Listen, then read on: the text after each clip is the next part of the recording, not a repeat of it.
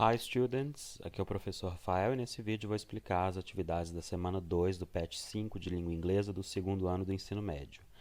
Nessa semana os temas serão compreensão escrita, a leitura e a produção escrita. Então vocês vão lidar com textos e vão ter que produzir um texto também relacionado ao tema da semana. Bom, lembrem-se que na semana passada vocês tiveram que tiveram que fazer um exercício de gramática utilizando esse texto falando sobre a origem do Google.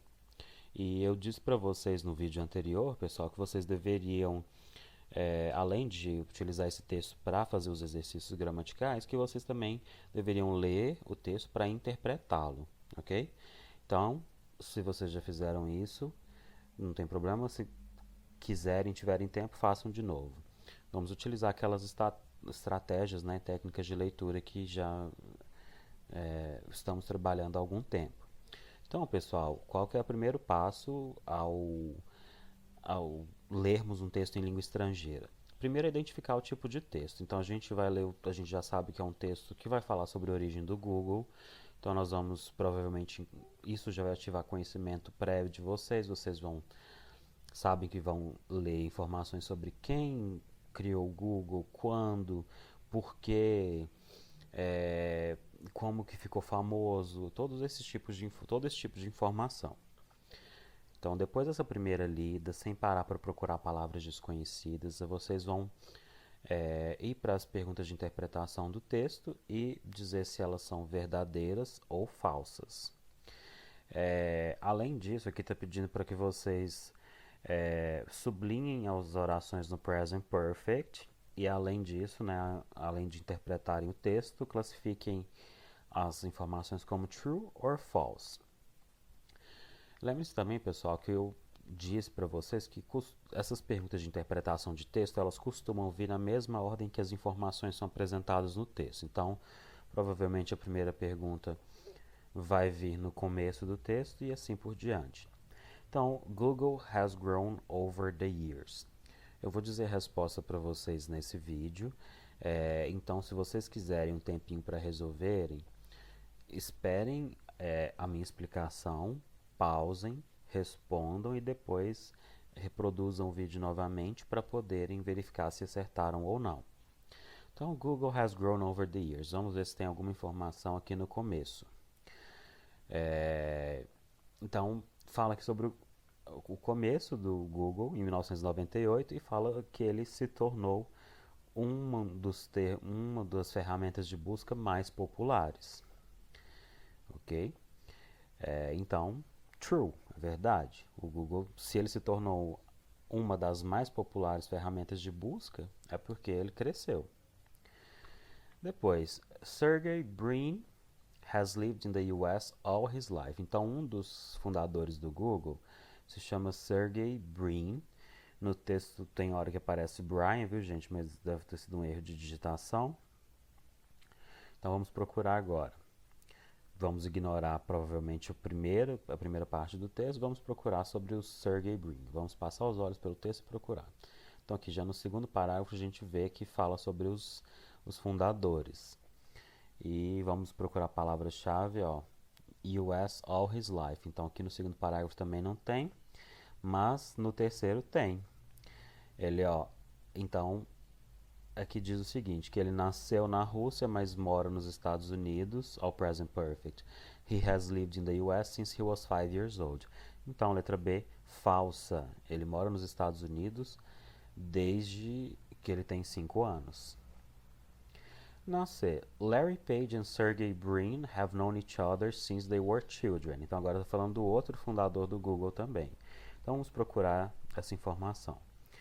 Então, nessa semana, pessoal, as perguntas não têm seguido essa ordem, essa lógica de a primeira resposta está no começo do texto, a segunda logo em seguida, a terceira também. Não está seguindo essa ordem. Então, vamos procurar. Ó. Então, Larry Page e Sergey Brin, aqui no segundo parágrafo, met em 1995. Então, é falso. Eles se conhecem desde 1995, quando eles estavam com 20 anos, quando eles estavam na faixa com mais ou menos 20 anos e eram alunos de graduação. Então é falso. D. Larry Page has been interested in computers since he was a child. Então vamos procurar. Agora está focando no outro criador do Google. Vamos procurar.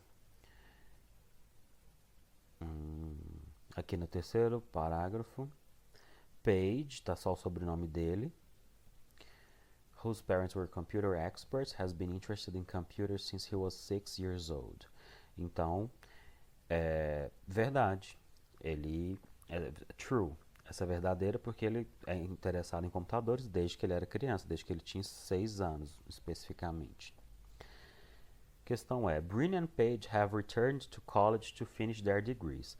Como as alternativas estão todas em inglês, pessoal, até fica mais fácil de vocês localizar essas informações no texto. Então vamos passar os olhos pelo texto e procurar essa informação. Finish degree college.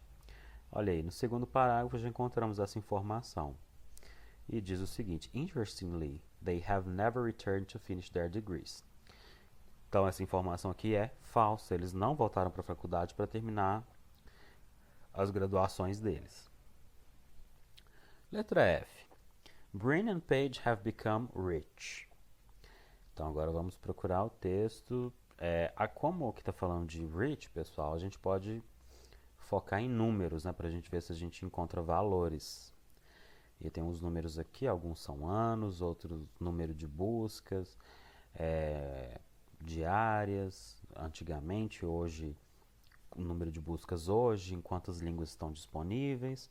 E passando os olhos pelo texto, a gente encontra aqui, a gente viu essa cifra, então isso está mostrando fortuna, e diz que em 2009 a revista Forbes listou os dois como tendo patrimônios de 12 bilhões de dólares cada um, com 36 e 35 anos de idade. Então, true, eles sim se tornaram ricos. Ok. Então, pessoal, na semana passada vocês estudaram Present Perfect, que é um tempo verbal utilizado para falar de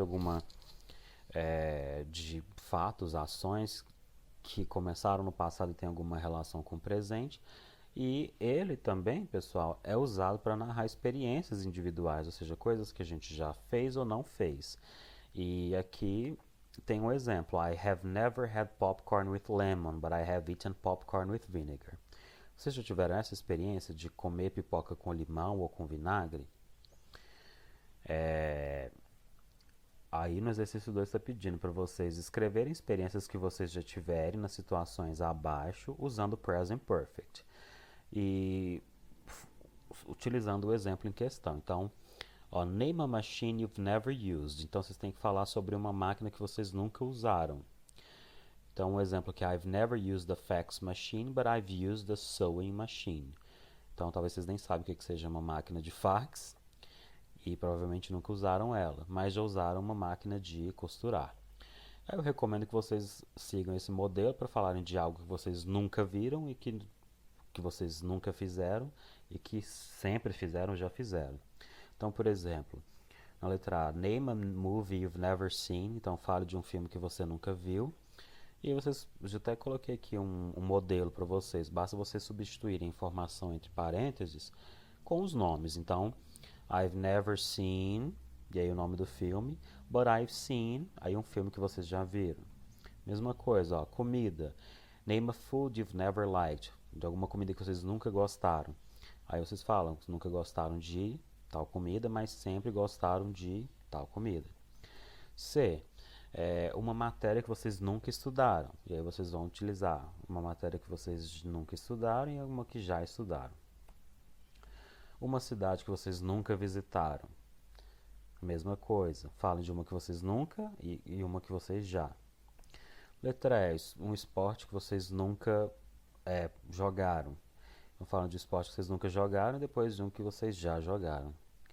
E na letra F, uma comida que vocês nunca experimentaram e outra que vocês já experimentaram. Ok? Lembre-se que no começo, que na semana passada, pessoal, nós começamos a falar sobre 7 impérios africanos influentes. E agora nessa semana vocês vão ver outro reino, ok? E aí utilizem aquela técnica que eu já falei para vocês, né, que a gente vem falando em todas as aulas, que é fazer a leitura do texto sem procurar palavras desconhecidas, porque vocês já sabem que eu vou falar sobre algum reino, né, algum império, e então isso já vai ativar o conhecimento prévio de vocês. Então a primeira pergunta, ó, qual é o reino apresentado? Então aqui, pessoal, já está falando sobre. No próprio título a gente tem essa resposta. Depois de vocês fazerem a primeira leitura, vocês vão passar para as perguntas de interpretação. Então, leio, faço essa primeira leitura para ver que tipo de informações vocês encontram, né? Vocês obtêm, e depois disso vocês vão para as perguntas de interpretação de texto. Então, qual é o reino apresentado? É o reino de Punt. E depois, quais os registros históricos encontrados sobre esse reino, considerado um império misterioso? Aí vocês vão passar os olhos pelo texto novamente, não precisa ler o texto inteiro novamente, só procurar essas informações. Então vamos ver aqui.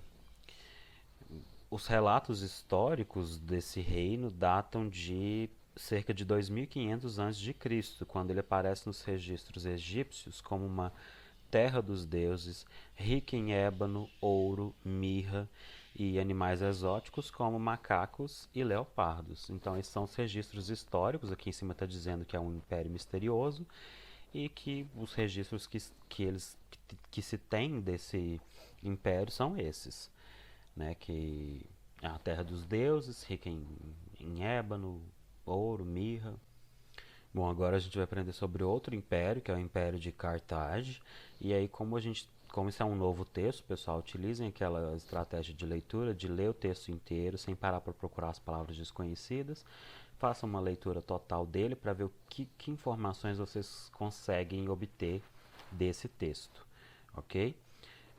E aí, depois que fizerem essa primeira leitura, passem para as perguntas de interpretação. Então, na parte 3 do texto, qual é a relação entre Carthage e Punic Wars? Vamos ver se segue aquela lógica, né, de as perguntas serem feitas na ordem que as informações aparecerem no texto. Então, vejam que aqui no começo já temos que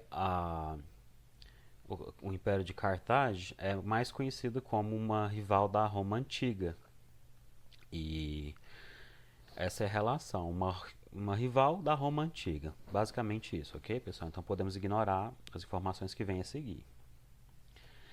Depois, o que aprendemos sobre o início e a expansão dessa cidade-estado? Vamos ver se está seguindo aquela lógica, né, de as perguntas serem feitas na ordem que as respostas aparecem, que as informações aparecem no texto. Ó, the city-state, então cidade-estado. Vamos ver. Então, essa cidade-estado começou a vida no século 8 ou 9 a.C. como um assentamento fenício no que hoje é a Tunísia, mas mais tarde se tornou um império marítimo que dominou o comércio de têxteis, ouro, prata e cobre. Então isso aqui a gente sabe, que começou como um assentamento fenício, que hoje é a Tunísia, mas depois se tornou um império marítimo e dominou esses comércios.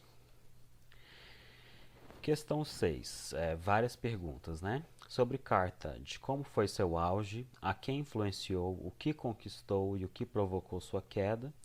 O que existe desse reino atualmente? Então, são 3 perguntas, né? Então, vamos ver, seguindo a ordem das informações, da apresentação das informações. Temos tudo isso aqui. Então, em seu pico, a sua capital ostentava quase meio milhão de habitantes e incluía um porto protegido equipado com baias de atracação para 220 navios. A influência de Cartago, eventualmente, se estendeu do norte da África à Espanha e parte do Mediterrâneo, mas sua sede de expansão levou a um atrito maior com a florescente República Romana. A partir de 264 a.C., As antigas superpotências entraram em confronto nas três sangrentas guerras púnicas, a última das quais terminou em 146 a.C., com a destruição quase total de Cartago. Hoje, quase tudo que resta do outrora poderoso império, né, do império que já foi poderoso, é uma série de ruínas na cidade de Tunis. Então, resumo essas informações, vocês veem que a informação está toda aqui no restante do texto. O auge foi quando ela teve meio milhão de habitantes. Ela influenciou o norte da África até a Espanha e partes do Mediterrâneo. O que provocou sua queda foi essa sede por expansão, certo? E hoje em dia o que resta são uma série de ruínas, ok? Bom, pessoal, por hoje é só. Essa semana são somente essas as atividades. Se vocês tiverem qualquer dúvida, me procurem pelo Google Classroom, pelas redes sociais ou por e-mail. E thank you so much for watching. Until next time.